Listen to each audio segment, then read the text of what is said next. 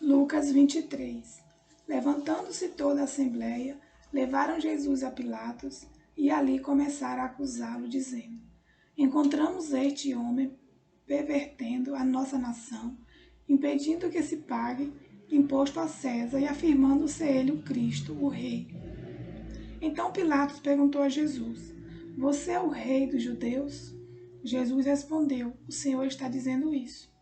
Então Pilatos disse aos principais sacerdotes e às multidões: Não vejo neste homem crime algum. Mas eles insistiam cada vez mais, dizendo: Ele agita o povo, ensinando por toda a Judéia. Começou na Galiléia e agora chegou aqui. Quando Pilatos ouviu isso, perguntou se o homem era galileu. Ao saber que Jesus era da região governada por Herodes, e estando este em Jerusalém naqueles dias, Pilatos enviou Jesus a Herodes. Quando Herodes viu Jesus, ficou muito contente, pois havia muito queria vê-lo, por ter ouvido falar a respeito dele. Esperava também vê-lo fazer algum sinal. E de muitas maneiras o interrogava, mas Jesus não lhe respondia nada. Os principais sacerdotes e os escribas ali presentes o acusavam com veemência.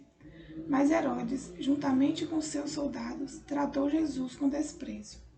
E, para zombar de Jesus, mandou que o vestissem com um manto luxuoso e o devolveu a Pilatos.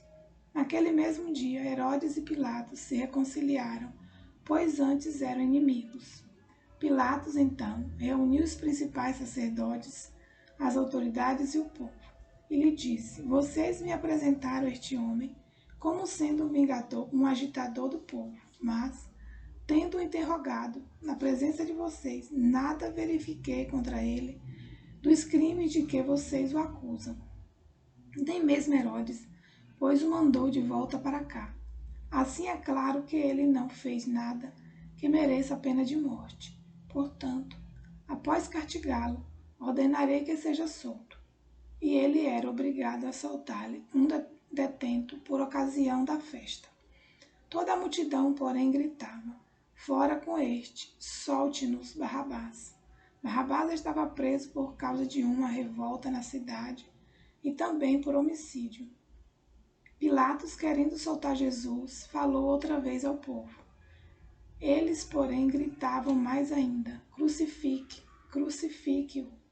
Então, pela terceira vez, Pilatos lhe perguntou: Que mal fez este? De fato, não achei nada contra ele para condená-lo à morte. Portanto, depois de o castigar, mandarei soltá-lo. Mas eles insistiam com grandes gritos, pedindo que fosse crucificado, e o clamor deles prevaleceu.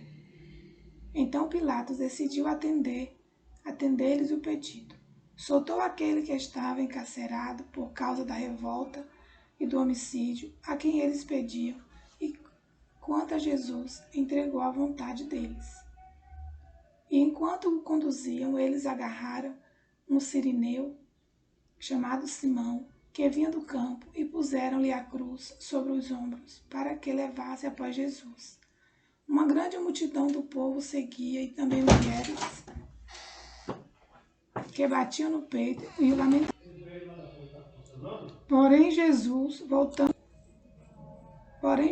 voltando-se para elas, disse: Filha de Jerusalém, não chorem por mim, chorem antes por vocês mesma e por seus filhos. Porque virão dias em que se dirá: Bem-aventuradas as estéreis que não geraram nem amamentaram. Nesses dias dirão aos montes: Caiam em cima de nós, e as colinas cubram-nos. Porque se isto é feito com a madeira verde, o que será da madeira seca? E também eram levados outros dois, que eram malfeitores, para serem executados com Jesus. Quando chegaram ao lugar chamado Calvário, ali o crucificaram, bem como os malfeitores, um à sua direita, outro à sua esquerda. Mas Jesus dizia: Pai, perdoa-lhes, porque não sabem o que fazem. Então, para repartir as roupas dele, lançaram sortes. O povo estava ali e observava tudo. Também as autoridades zombavam e diziam: Salvou os outros, que salve a si mesmo. se é de fato o Cristo de Deus, o escolhido. Igualmente os soldados zombavam dele e, aproximando-se, trouxeram-lhe vinagre, dizendo: se você é o rei dos judeus, salve a si mesmo. Acima de Jesus estava a seguinte inscrição: este é o rei dos judeus. Um dos malfeitores crucificados blasfemava contra Jesus, dizendo: você não é o Cristo, salve a si mesmo e a nós também. Porém o outro malfeitor o repreendeu, dizendo: você nem ao menos teme a Deus, estando sobre igual sentença? A nossa punição é justa, porque estamos recebendo o castigo que os nossos atos merecem, mas este não fez mal nenhum. E acrescentou Jesus: lembre-se de mim quando você vier ao seu reino. Jesus lhe respondeu: em verdade lhe digo que hoje você estará comigo no paraíso. Já era quase meio-dia, e escurecendo-se o sol, houve trevas sobre toda a terra até às 3 horas da tarde. E o véu do santuário se rasgou pelo meio. Então Jesus clamou em alta voz: Pai, nas tuas mãos entrego o meu espírito. E dito isto, expirou. O centurião, vendo o que tinha acontecido, deu glória a Deus, dizendo: verdadeiramente este homem era justo. E todas as multidões reunidas para aquele espetáculo, vendo o que havia acontecido, retiraram-se batendo no peito.